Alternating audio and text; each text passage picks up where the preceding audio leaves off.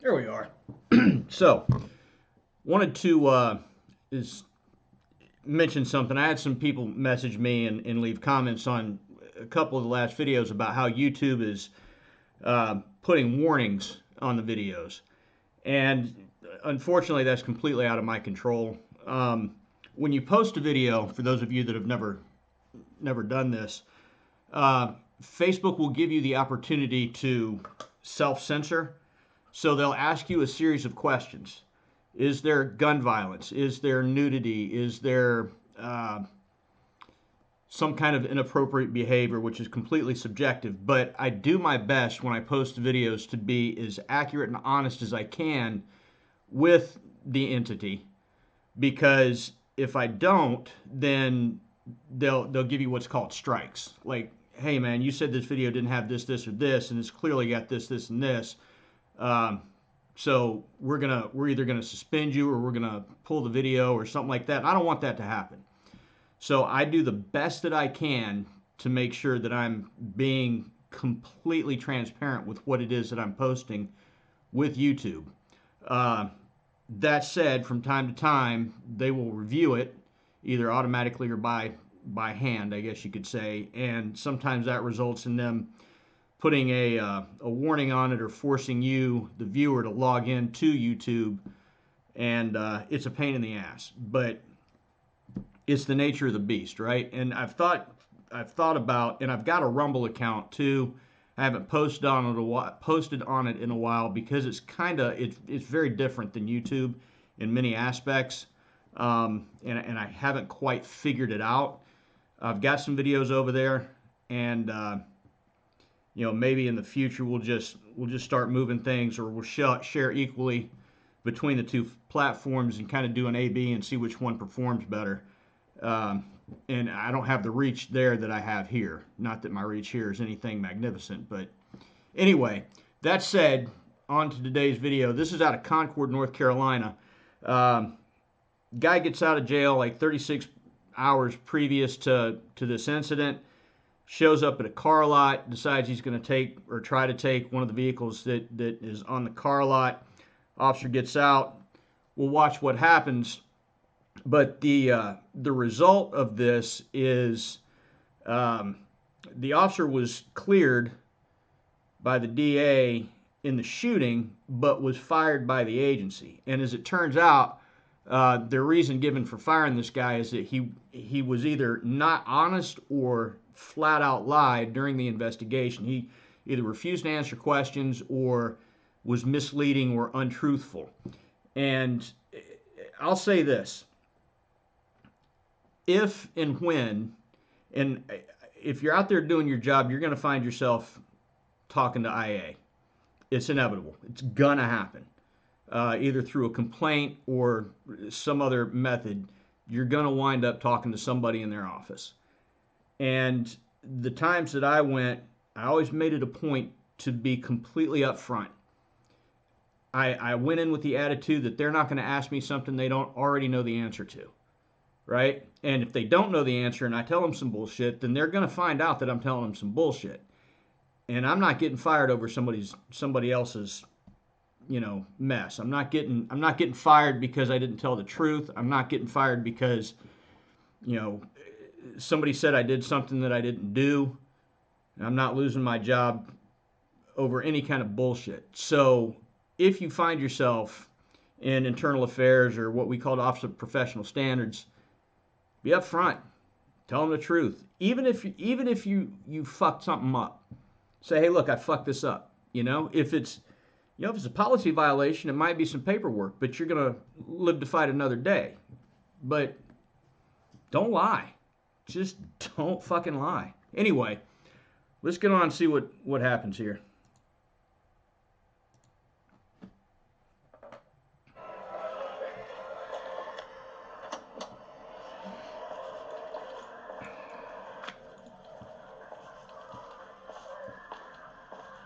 Now, one thing I want to point out, you hear that music playing in the background? YouTube's gonna pick that up. So this video might get squashed just because of that music.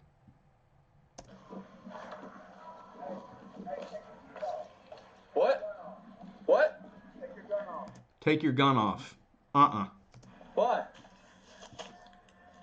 What's going on? Hey, stop the... What are you doing? What are you doing? Hey, do not move! Do not move! Do not move! What are you doing? Hey! Get out of the car! Get out of the car! Get out of the car! 266, give me another. I got one at gunpoint. Nissan dealership 29. Get out of the car! Get out of the car! Get out of the car! All right, what do we think about his positioning right here and then grabbing the door and opening it? I mean, you got to do what you got to do to get the guy out, right? He's in a good position because he's not standing directly in front of the vehicle, right? If the guy gets the thing started, tries to run him over, then you've got a shitty situation if he has to shoot. Here, it's pretty cut and dry. If he has to shoot, it's because the guy had a weapon. Now, what's the danger in snatching that door open like that? What if he's got something, you snatch the door open, you catch one dead center? It's a problem. But again, it's a calculated risk, right? You've got to do what you've got to do.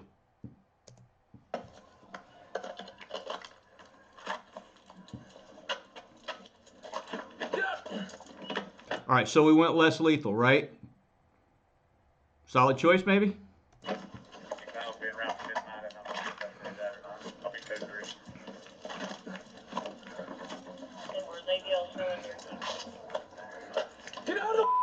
So right now, dude's in a pickle, right? He's got all this equipment, and he's trying to figure out which one is going to work best for me. Do I smash the window on this brand new fucking vehicle sitting on the brand new vehicle lot and deal with that? Do I keep him at gunpoint and hope he doesn't drive off? Now, if he drives off, he's got him at gunpoint. What's he going to do? Is there a reason to... Is this a deadly force situation at this point? Or does he transition back to his taser and try and get that door open and lock him up? Hey, all these are running through his head right now. I'm telling you. Car! Get out of the car! Show me your hands! Hey! Get on the ground! Why can't this guy get this car started? I need 18. Show me your hands!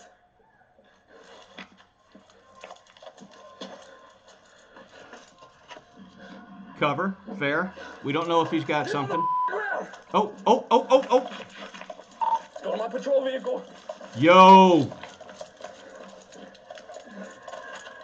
Okay, what do you do now? Is this a deadly force situation? If so, why? What is your reasoning?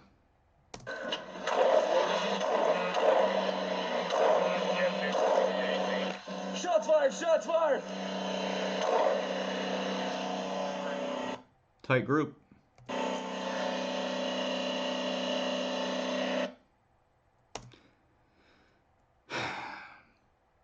So,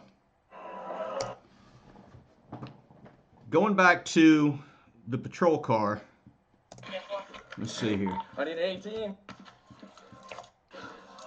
Get on the ground! Go to my patrol vehicle.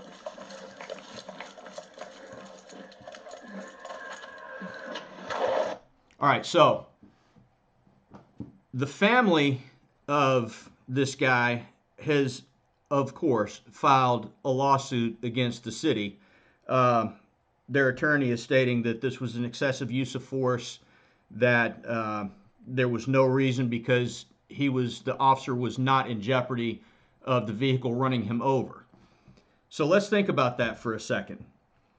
Is the officer's life the only life that we're concerned about? What's in that vehicle? Everything. A shotgun, probably a rifle, probably ammunition, the vehicle itself. Not talking about the cost, but we've got to think about the danger to the public at large if this guy leaves with this vehicle. If he's got the key, then he's got access to whatever's in there. You know, if he can find the release button for the shotgun rack and the rifle rack, and holy shit, man, this guy gets away with this car. What kind of mess are we looking at? What harm could he cause? Is the harm caused by this officer's actions equivalent to the harm that this guy could have caused had he gotten away with this car. I'm not phrasing that right. I can't get my brain to make the sentence I want it to make. But is this a justifiable use of force? Is this a justifiable use of deadly force? Is the officer's life the only life that we have to take into consideration? Is it just me? Am I the only one that I have to worry about? It's a legitimate question. I think that needs to be addressed. You know, and you hear time and time again people say, well, you know, the law enforcement isn't obligated to protect, you know, people. They're not obligated to protect people, you know, so the Supreme Court says. And to that I would say you need to go back and read that decision again. I can't recall the but go back and find that and read it. Read the decision and understand what it says. It doesn't say that we don't have an obligation to protect society. That I can assure you. So, was this justified? If so, then why did the officer feel the need to be misleading or not transparent? I don't know. I don't know. And we probably won't know. But he's out of a job. The city's getting sued. They'll probably sue the officer individually because he's no longer an employee. So there we go. You guys, let me know what you think. This is an interesting one, and I would be curious to see what comes of it. You guys be good or be good at it. We'll see you next time, and please stay safe.